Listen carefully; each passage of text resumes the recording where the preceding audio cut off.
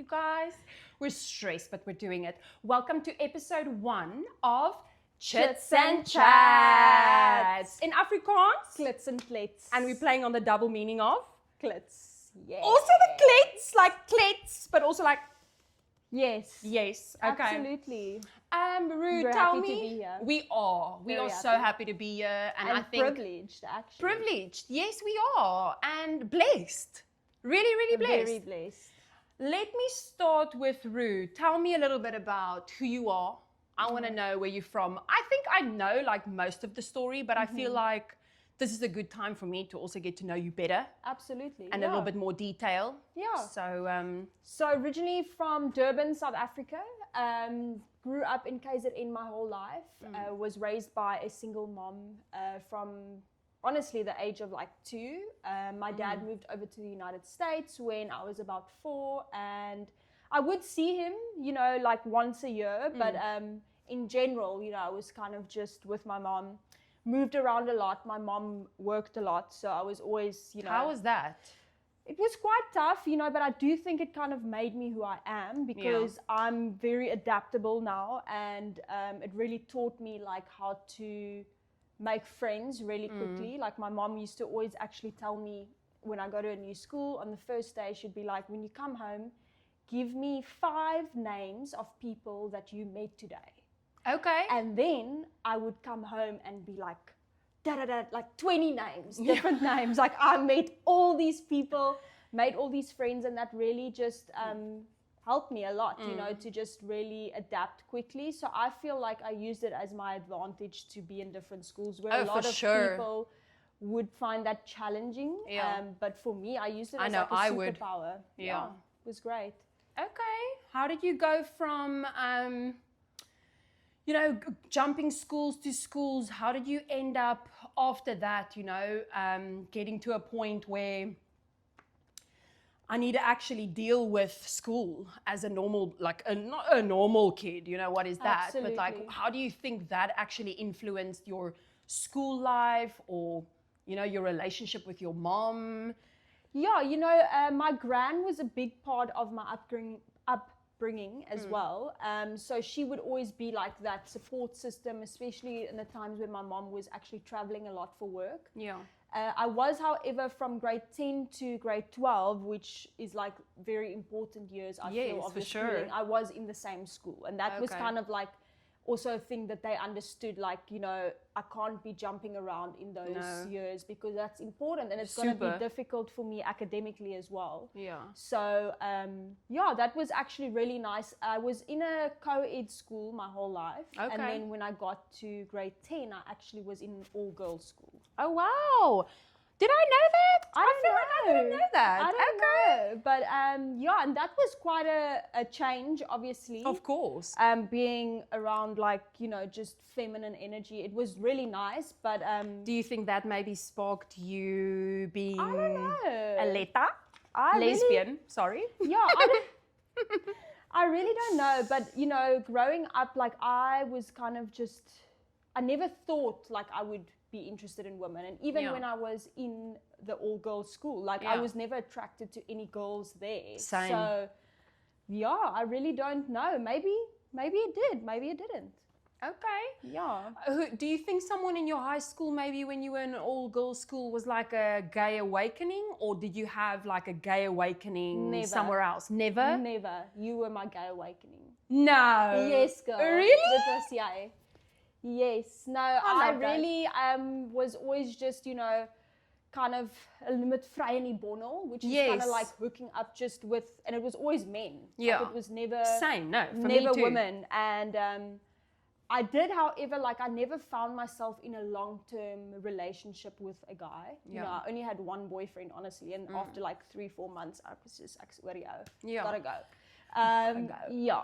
So basically, I was just, you know, people would ask me like, when are you going to get a boyfriend? Or like stuff like that. And I was just like, maybe I haven't met the right person. Like, I don't know. Like, even some days I would think to myself like, all my friends have boyfriends. Like, why, you know, am I just full of shit? Because I definitely am a little bit full of shit. I can attest to that. I love her. I love her a lot. Yeah. But yes, you definitely And have. at a point, even my family was like, jy seker te veel vol kak. Dis hoekom jy nie 'n man kry nie.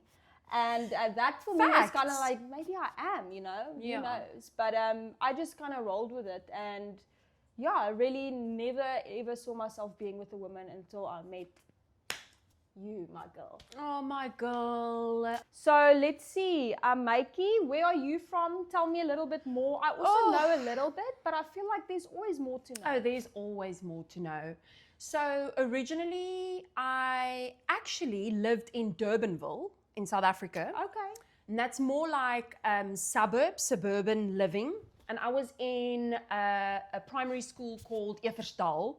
I think a lot of people... Eversdal. I've actually been, when my dad visited South Africa once, they stayed at the Eversdal guest house. Yes, I've actually stayed at the Eversdal guest house too with my mom. Awesome. Yeah. And honestly, this is a touchy subject, but I'm gonna go into it. So I thought I was gonna go from Eversdal to Stellenberg High School. That's also like Durbanville, Bellville side. And my parents actually wanted to get a divorce when I was 12 years old. I'm sorry And about that's that. okay. And we, at that time when they were going through like their rough stages, we had a strandhuis in English. Like a beach house Yes. in Onrus. And that is obviously where I am from now, today. But The best place to be from, just FYI. And my mom just said, you know what? I'm not even going to fight this battle. I'm going to pack my bag. She took all of my clothes and her clothes. She put it in big black bags. And she was like, I'm driving to the beach house. Either you're coming or you're staying. And at that time, obviously, I was in 5th grade. I wasn't through my whole year. You don't so really know. No. And my mom and dad was like, maybe let her just finish out 5th year, like grade 5th. Grade 5. Oh, grade 5. And so my dad and I essentially moved in with my sister and her husband at the time, Pierre. Or they weren't actually married yet. They were like dating. Still dating, like. Yeah, probably fiancés. Oh, wow. And kudos to my sister and her husband because they were like open arms, let us in. My dad and I stayed there for about, I think, term 2. And I was going to stay there term 3 and term 4 to So term is about 3 months. Yes, like a quarter, Yeah. basically. Yeah. And it was, I remember going into term 3 and my mom called me and my dad that day. I'll never forget it. And she's like, she cannot be alone. She is losing her mind. She needs me with her. At that time, my brother and my sister were older. They were already out of the house. So they're not going to move. They were doing their own thing. Like getting married. My brother was dating someone. So in my grade 5th year, grade 5 year, I, in 3rd term, moved to Onrus to my mom. Which must have been quite challenging as well, because, you know, especially a year of school only has 4 terms. So it's like if you're moving in the 3rd term, it's like facts. Technically the end It was of the hard. year. It was hard, but I have to say at the same time, like moving to a place that was so welcoming, so freeing because it's at the beach. So I could really like live my childhood dreams, you know, become that surfer chick. I suck at surfing, but like, you know, surfer chick. yeah.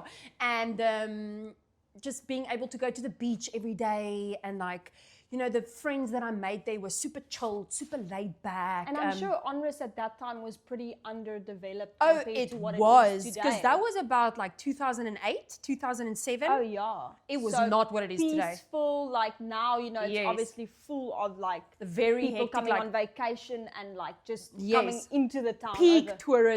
tourist town, basically. Absolutely, yeah. And your 1 year in, I think, of me being there in my 6th grade, my mom and dad got to the terms of like, They still want to be together. yes, because at that time it was 2008, so like 12, 18 years. They were already married for probably 20 years, 22 years. Yeah. So I know for a fact that they didn't want to just be like, you know, gooi die handdoek in, like throw that towel in and skop die emmer. no, oh, that means that's dying. right. Oh shit.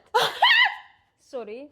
not that definitely one. clip that on the audio, but that's okay. And I don't know if I can't remember. It was honestly a little bit traumatic, so I can't remember everything. But I think they must have spoken to someone or close family members or friends that were just like, you guys can't give up on this. Like, No, you you've still come have too far to just come Yes. this far. Yes, and then my dad eventually moved out of my sister and her fiance, I think at the time's house, and he moved into the beach house in Onrus, and that Okay. became our permanent residence. Props to them, honestly, Props for doing to that. them. Props Amanda to and them. Emmy, cheers op julle. Cheers to Amanda and Amy. I love that, Absolute, and I love them. absolute. Yeah. No, they're great. And tell me a little bit, schooling. How did you adapt when you moved to Onrus? Like friends-wise, also just work-wise, how was that for you? Friends-wise, I'd say honestly, my mom got a job at the high school. Okay. So she was already like in the school system, working the things. I was in primary school at the time when she got the job. It was hard. Adapting was tough. I was bullied a lot. The typical new girl. Oh, yes. You're not gonna fit in our clique or in our friend group.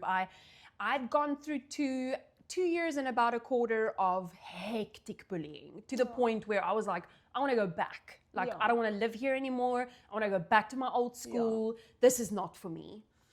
And I can relate on that, absolutely. yeah, and I found gymnastics, which was a sport for me in Eversdal. Yes. And I had to take a little bit of a break from that when I was in Eversdal. But as soon as I got back to primary school in Hermanus, it was like second nature. Like, there was a gymnastics club in the school. There was a lot of cool friends. Mishka Kunz, you know her? Mishi, She was my yes. first friend that I actually made in gymnastics Oh, club. wow. So you're actually coming from back Way then. back. Wow. I Yes. knew, because, meeting her, I knew you guys obviously in high school were Yes. pretty close, but I thought it started in high school. No, so obviously we were friends in primary school, but she's 2 years younger than I am. So then when I Yes. went to high school, we lost touch for a little bit. But as soon as she came into the high school, You we were like, like, who's that meisie? Jy's terug. yes, my C. So I yeah, love that. no, I love that. she really helped me through a lot. Like,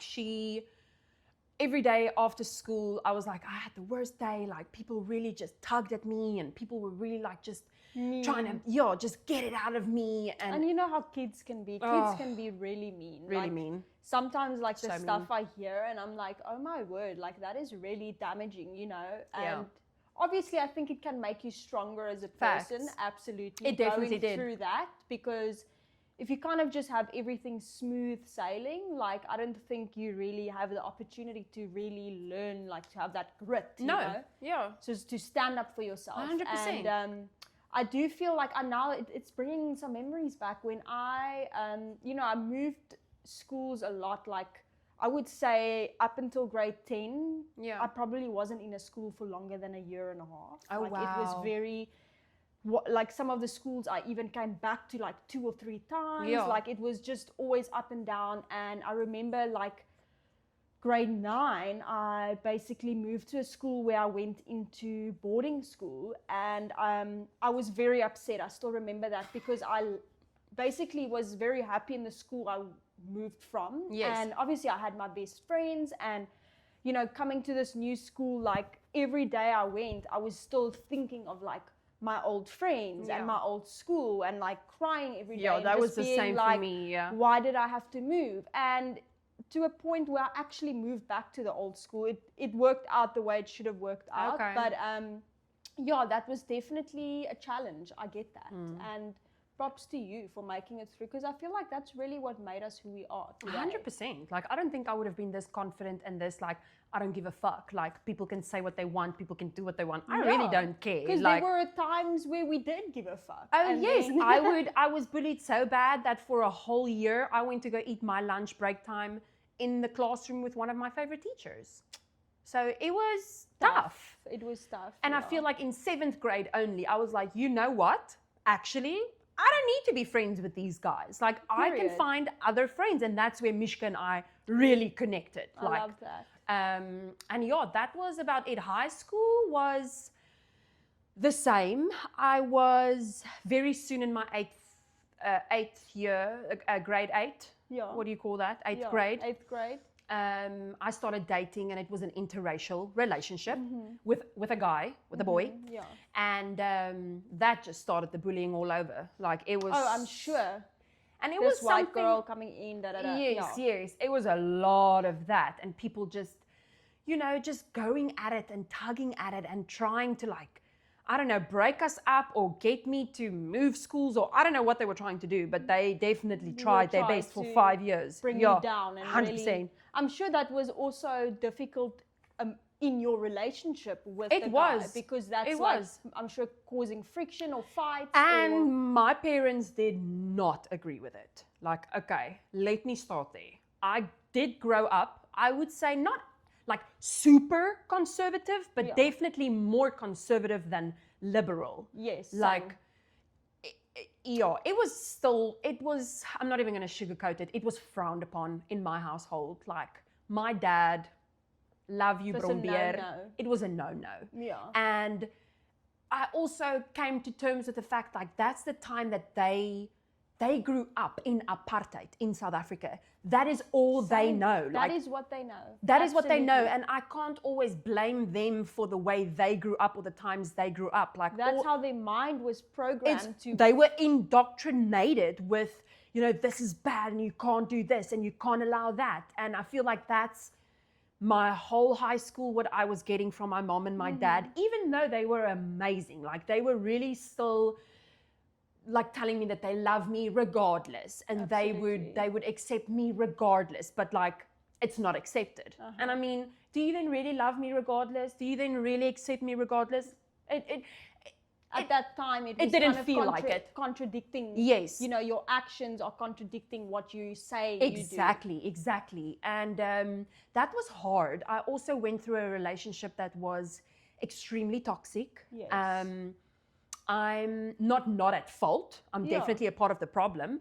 But that made high school even harder for me, because I was really in love with someone that really wasn't in love with me.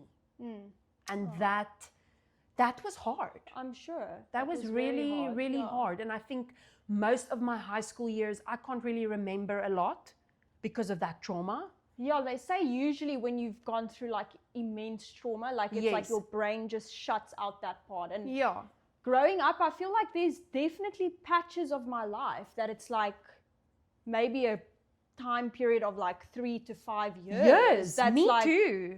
What happened during that time? But thinking back, I can definitely pinpoint certain situations that happened that could have led to, me just compartmentalizing and just blocking that out, you know?